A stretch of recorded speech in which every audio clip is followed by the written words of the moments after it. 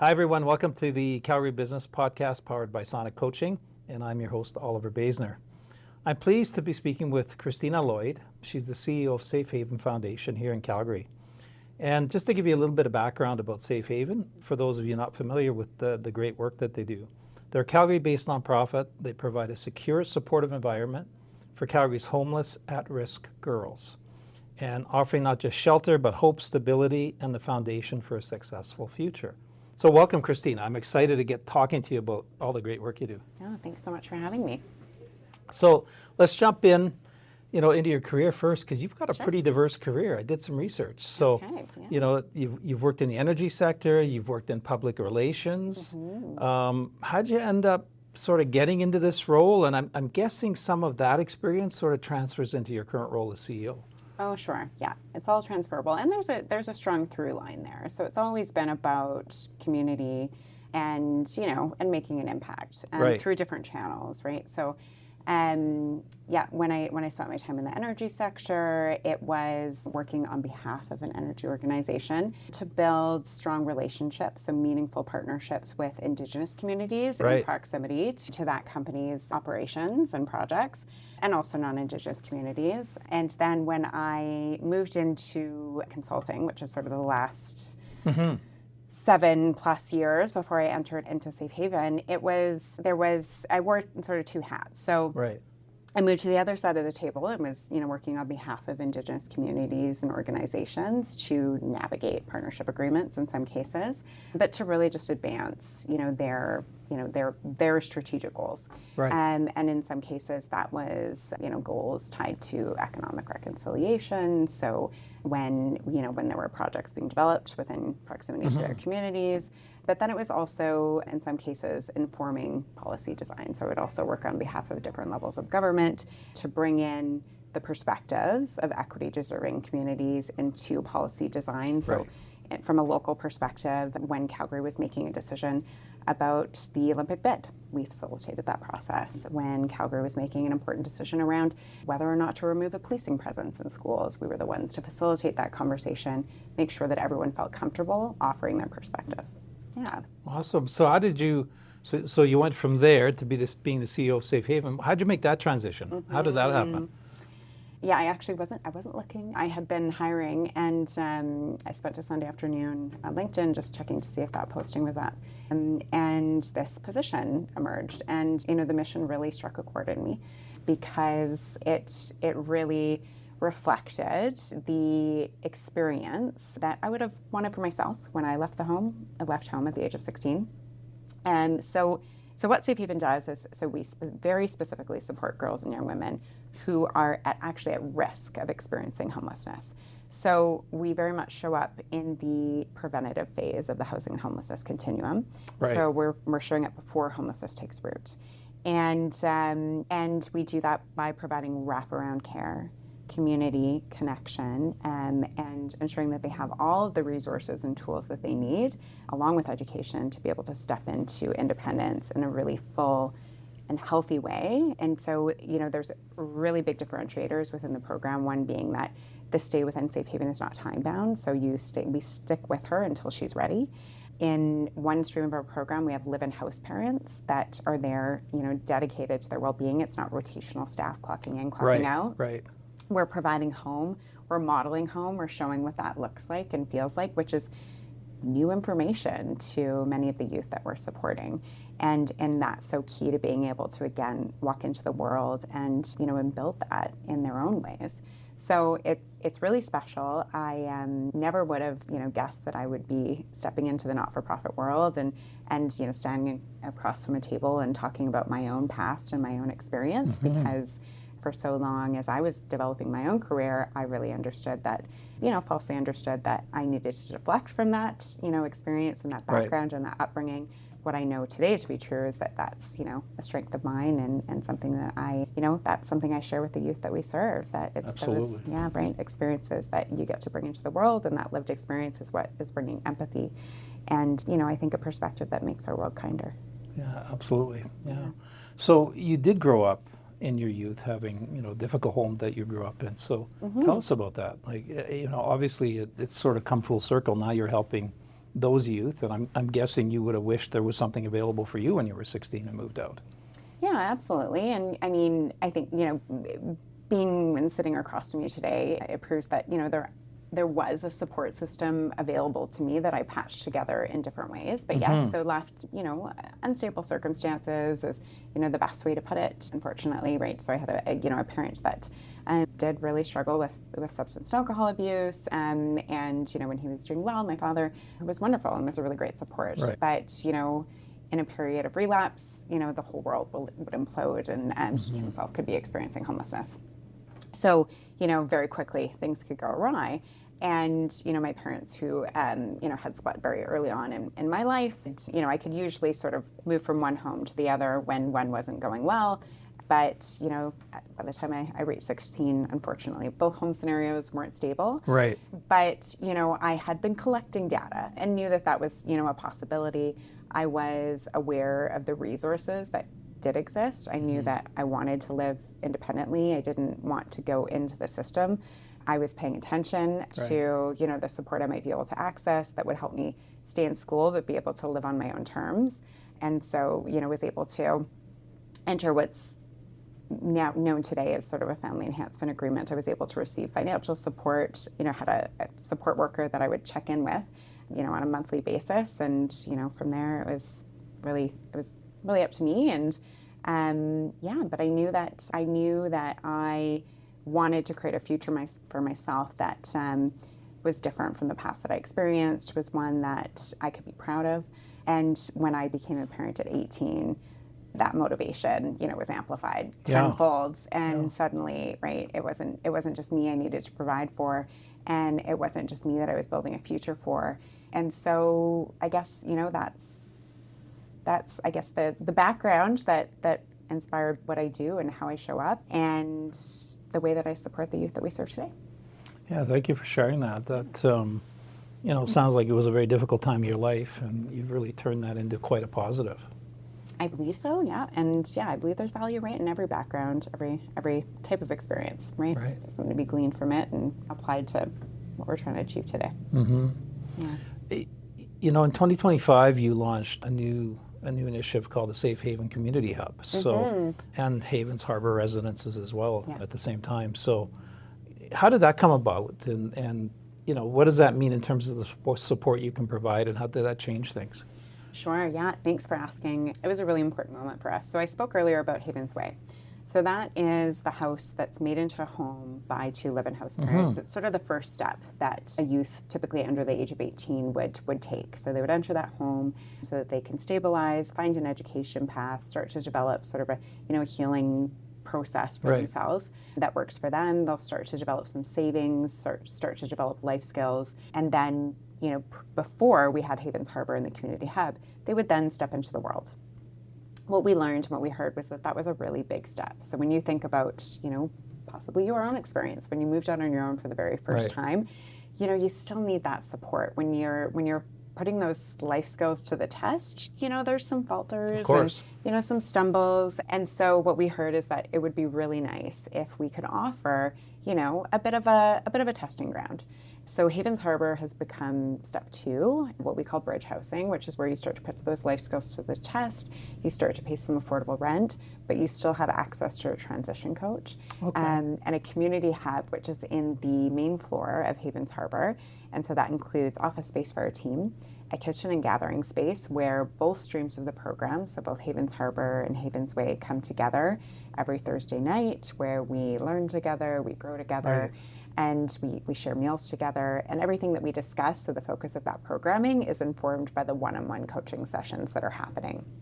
So any themes that emerge there will inform, discussions around budget in some cases, right? So at the beginning of the year, when lots of student loans are coming in and things like that, we might be talking about finances and budgeting. But it might be more heart work. So when we're approaching, tough dates like Father's Day or Mother's Day, where different feelings are starting to emerge, then we might have a bit of a healing conversation and a bit of a discussion around relationships and repair and setting boundaries and what it takes to, think about the people in your life or in your past. What does it take to love them for who they are, forgive them for who they're not? Is that a possibility? Or, there's some fun stuff in there too, right? We do vision boarding and Awesome. yeah, we talk about, goals and interests. We try and make experiences possible. Like so many of our youth have never been to the mountains before, despite being 45 to an hour a minute, Wow. away from it. So anyway, that's what the hub has made possible. It's also now a space that a dedicated space where we can invite our alumni back into our hub. They were, of course, always welcome in Havens Way, but it's a more neutral space where they can kind of continue to come back and learn, and now have access to a third stream of our program, which is called Havens Rise, which is something that we just launched in early 2026, which is a fund that is supported by Jolter Real Estate, a group of women realtors here in Calgary, led by Alicia Ryan. So they are contributing a portion of their commissions to a fund, which will provide the gift of a down payment to alumni in our program. That's amazing. Yeah, it's really incredible. It's the first of its kind in Canada because it required getting a lender on board to recognize that gift. Right. So, our youth they're doing all of the, they're incredible young women that are just so resilient and so driven and so motivated. And they're doing all the work to still qualify for the mortgage, develop their savings and all of those things. Get the credit score, all those things. Exactly, right? Like they need to do the work, and they do it well. But we're removing that one big barrier and hurdle that can get in the way for so many people, that is removed typically by having access to generational wealth. And so It's really leveling the playing field in a way that is elevating our youth and maximizing the outcomes, so that we can put these youth into positions of influence and power, giving them equity to build on if they choose to borrow against if they need to. And that's just putting them in a world where I believe, again, they can bring their worldview and that lived experience in a way that's going to bring more empathy, more kindness. Yeah. Wonderful. Yeah, it sounds like you're just continuing to evolve and grow, which is fantastic. So tell me about the ages that you serve, and how do they find you? How do these young women and teens find you? Sure, yeah. So we support girls and young women between the ages of 14 to 26. And so, we're showing up early, again, before homelessness takes root, which is the hardest moment and time to see and recognize. Yeah. So we're often hearing from teachers that, have recognized that there is a youth that is showing signs of doing everything they can to avoid being home. We might hear from, guidance counselors, so a trusted adult that they may have opened up to and shared what they're going through.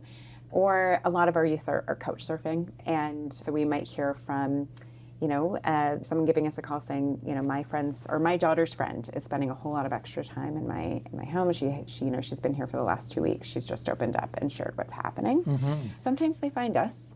So again, typically we're supporting girls and young women who are so motivated and really just, they know that they want something better for themselves, and they deserve something better for themselves than they're experiencing, and they're looking for options, and they want to stay in school, they want to do all the work. So they might reach out to us and share what's happening and ask if we can support, and oftentimes we can.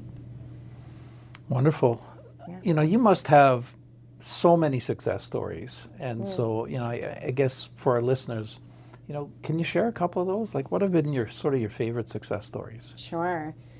Well, I spoke earlier about Havens Rise, so we do have an alumni in our program who is, very much looking to be the first to receive the gift of a down payment. Mm-hmm. And so, just thinking back and reflecting to her story, so she started out at Havens Way. She was very much that youth that was, just could no longer return home. It was untenable. And so she was spending a whole lot of extra time at her friend's house, but that family was just not in a place that could continue to support her. So that goodwill was starting to run out. Right. That parent, connected her with Safe Haven, helped, really broker that connection. And, she just really embraced the entire program and started a path towards nurse practitioner and just completed that program. And also along the way, did have a family but continued to pursue her education, has a partner, and has been, working hard and wants to take that next step towards homeownership, and is about to qualify for a mortgage and is working and taking the education steps to be able to qualify for Havens Rise. So that's a really exciting one, because, she's taken, again, each step and experienced it in a way that is leading to an opportunity that otherwise wouldn't be possible for her at this time. But we also have, other youth in our program who I like to think about those that have experienced different phases of the program in different ways and have helped them, cultivate their skills. So we have Carolyn in our program who started out at Havens Way where, at a time when she had lost her mother, and she shares this story openly, and there were no other options available to her. She was very much focused on pursuing her education, completing high school, becoming a social worker. So on her own, basically, at that point. Yeah, on her own. And so she found us. So that's a really great, example of someone who was just driven, determined, knew she just needed some support along the way, and gave us a call and joined us at Havens Way, was among the first youth to move into Havens Harbor. And we have a few different living scenarios there. So we have 1-bedroom apartments, but we also have dorm units where youth will have their own bedroom with an ensuite bathroom and then a shared pass-through kitchen. So she started out in a dorm suite, then moved into a 1-bedroom apartment, and is halfway through her 4-year social work degree. So just really great example of someone who has embraced the program, has really needed community along the way, and has stuck with us, and is such a great sort of mentor to others within the program. She's so welcoming, and it's just a really great model to our youth. But then, I think, some of my favorite stories are about youth who have found their passion within the program because they've just, suddenly and finally been able to feel safe and to learn and be able to understand what their interests are and, connect to what they want to be doing, a future that's going to, make them happy. It's not just going to get them by. So, it's very common for youth that have, backgrounds of challenge and instability to channel those feelings in different ways that often come out in the form of art and something beautiful and creative and music and drawing and writing. And so when I first stepped into the role in December 2020, I remember one of my first few visits to the house was shortly after a youth had just joined us, was, in the early phases of starting to build connections with the other youth in the home, along with her house parent. And so, as she was going through that process, this beautiful art just started to emerge everywhere. We were seeing these amazing sketches come to life. And then she was joined by another youth who was making these beautiful silk flowers that she had just seen through a YouTube video and was making all of this amazing art come to life. And so separately through different conversations, we were able to talk to both of them about, the possibility of creating a career through this passion. So, one built an Etsy store and started selling her product. The other is now at the University of the Fine Arts, has been exposed to different ways to channel her artistic abilities through potentially interior design or, tattoo artistry or potentially becoming an art teacher, right? Sort of, I think that's the greatest success is when we see all of these potential futures unlocked and them getting excited about it. And I think that's the tipping point from stability to, a space where you're really thriving is when suddenly you feel excitement. Right. Yeah. Yeah, thank you for sharing that. I mean, that's, you're changing lives. There's no doubt about that. And giving these young women and these girls opportunities that they would never have, right? Who knows? They might end up on the street and who knows what would happen to them. So it's just amazing work. So what about yourself? How do you get support as a CEO? Do you have a board or what do you do when you need that support? Yeah, no, that's a great question. I do have a wonderful board of directors. I'm supported by my board chair, Maria Paquette, who has, a really great and impressive background herself. So she's senior vice president with Shell, and leads the global HR arm of this, multinational corporation. So, of course, has a really good, strong toolkit. Yeah, absolutely. So I feel very lucky to have access to that. But, apart from that very impressive background, just a very grounded and caring woman who, I'm able to really just enter into conversations with her and be, very vulnerable and honest about sort of, what challenges might be facing us and being able to just kind of get that yeah, get that support in a way that I think can be hard to find in some cases within the role, because yeah, entering a CEO role can be very lonely. Of course.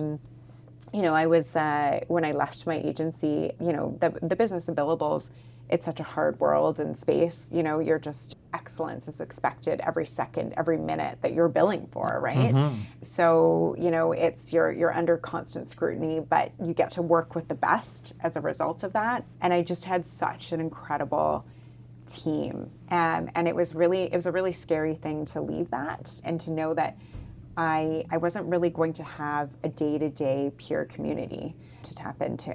Right. So having a board chair that's so supportive was just so key. It has been wonderful, but the rest of the board, is just so supportive in so many ways. I have a great treasurer who's, is just, again, also really grounded and real, that asks me really great, challenging questions about, the plans that we're making and, different funding challenges that you might be able to face.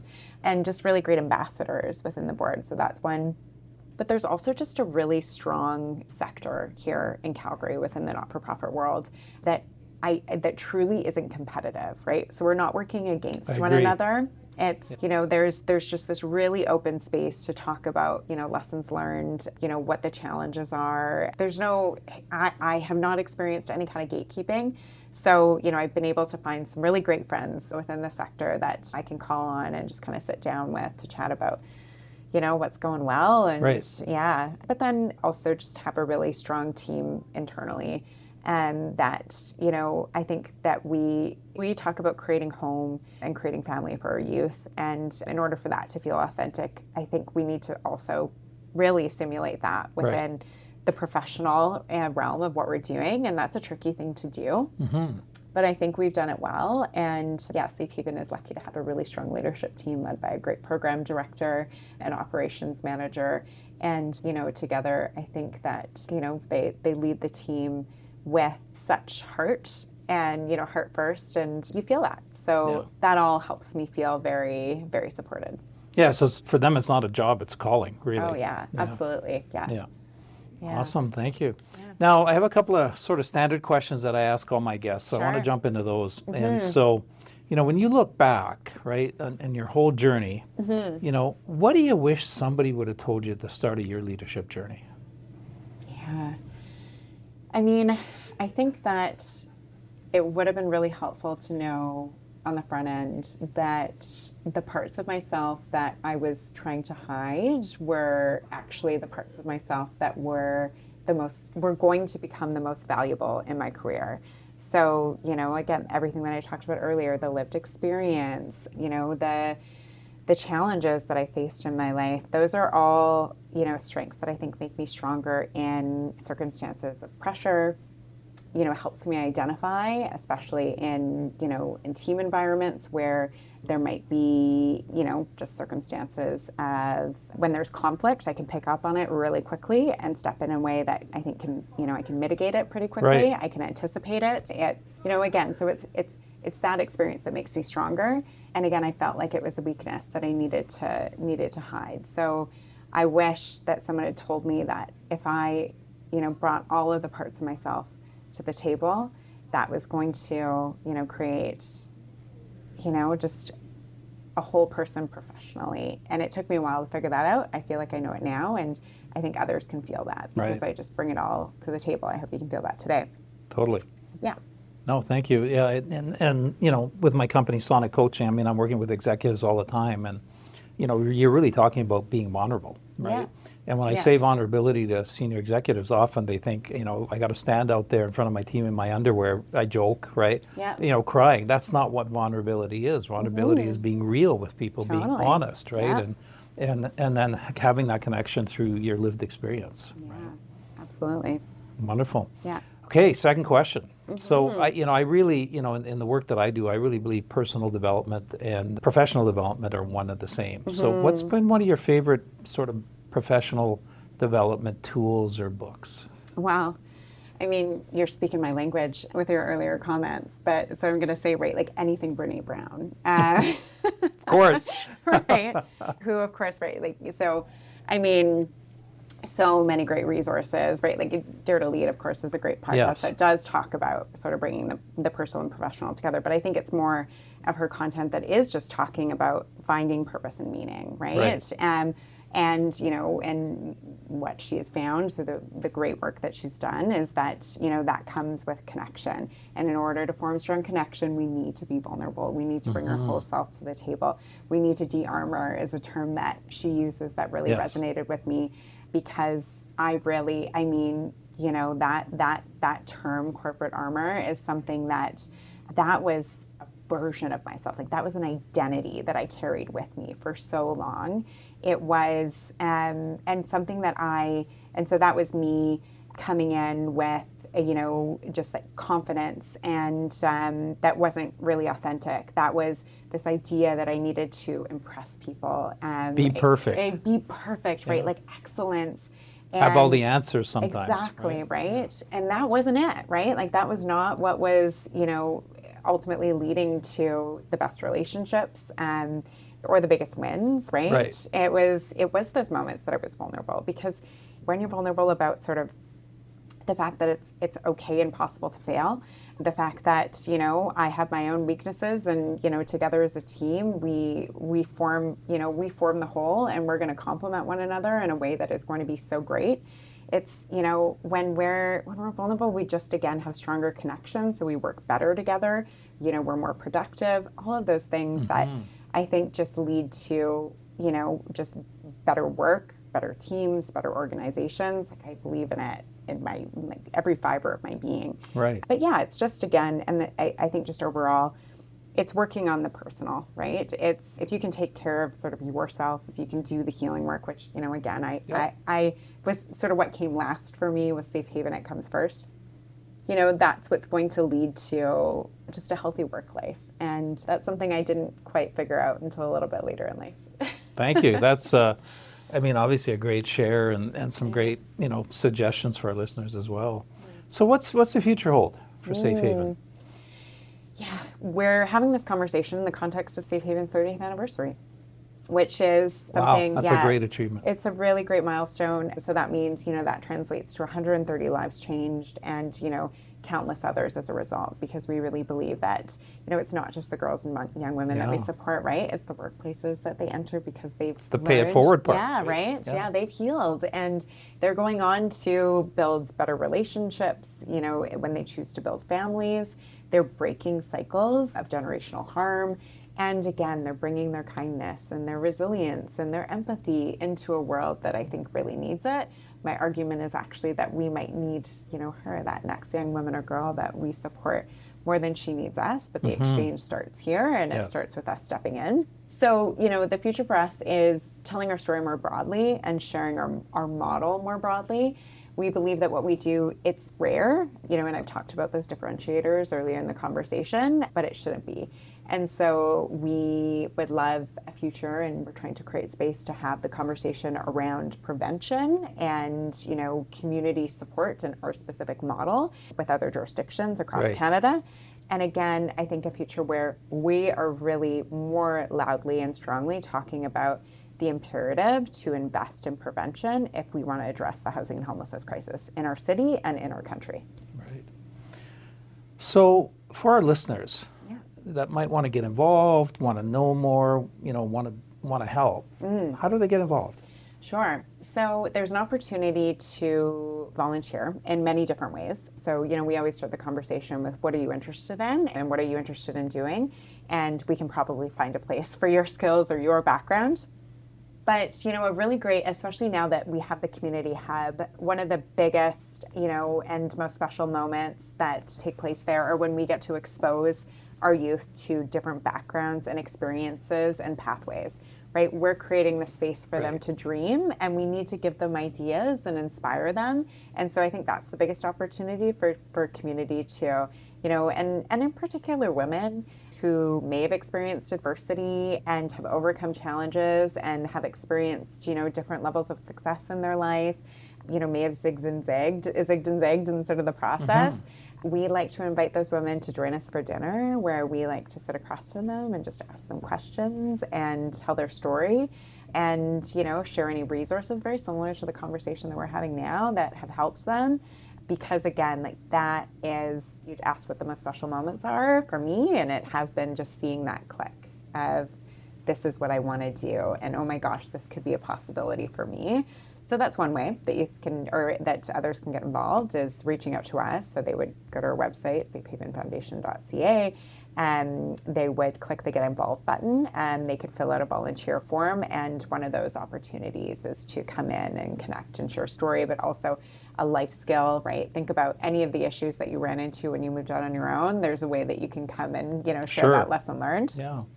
But, you know, just the biggest need, right, is, of course, the opportunity to donate is the biggest and hugest need and way that you can make an impact. And so through the 30th anniversary campaign, we're really emphasizing the importance of monthly giving. So we're not government or United Way funded. We do and have relied on the supportive community. Private donations, obviously. Yeah, absolutely. And so we're really lucky to have, you know, a lot of great supporters, but we're thinking about planning forward for the next 30 years. And unfortunately, the need is not going anywhere. And so, you know, just as little as $30 a month can make such a big difference in providing everyday essentials, transportation, getting her to school, up to $500 a month, which would, you know, really amount to and translate to providing that furnished, safe bedroom that she can call her own. That's one of our truths. We provide bedrooms, not beds. And yeah, that's what community can do. And I hope this community will really step up as a result of this conversation today. So thank you so much for asking and they great already questions. have, it sounds like, in the past. So that's Yeah. great. Yeah, thank you. Well, we're out of time. I could keep talking to you for another hour, but you know, thank you so much for sharing not only your own story, being vulnerable and open about that, but also, you know, all the great work you're doing at Safe Haven. So, you know, I've really, you know, I've learned a lot.